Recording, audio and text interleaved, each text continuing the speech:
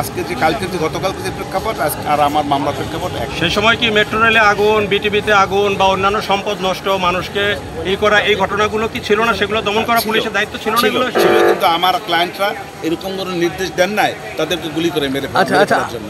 আসামির খালাস ভয়ভীতির ঊর্ধ্বে উঠে স্বাচ্ছন্দ্য নিয়ে মামলা পরিচালনা করতে পারেন ইনশাআল্লাহ। আমাকে কেউ কোনো চাপও দেয় নাই। প্রত্যাশার আবার সামনে থেকে বলেন ভাই। আমাকে কেউ কোনো চাপ দেয় নাই।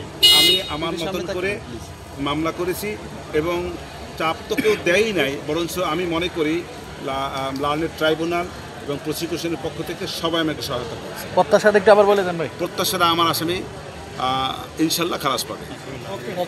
আপনার আসামি কি সেটা বলেন না? সেটা জানি, কিন্তু আমার আসামি তয়।